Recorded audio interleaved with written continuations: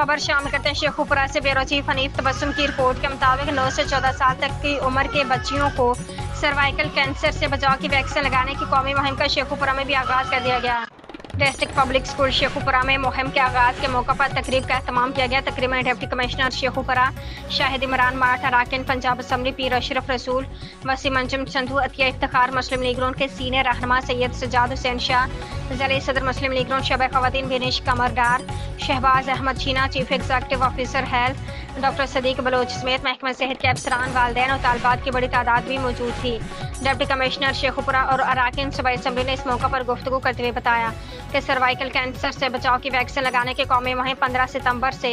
27 सितंबर तक जारी रहेगी। इस मुहिम के दौरान जिला शेखुपुरा की 9 से 14 साल तक की 2,54,000 बच्चियों को वैक्सीन के इंजेक्शन लगाए जाएंगे, जिसके लिए महकमा सेहत की 214 टीमें तश्कील दी गई हैं। उन्होंने वालिदैन से अपील की कि वो अपनी बेटियों के रोशन और सेहतमंद मुस्तकबिल के लिए उन्हें वैक्सीन लाजमी लगवाएं।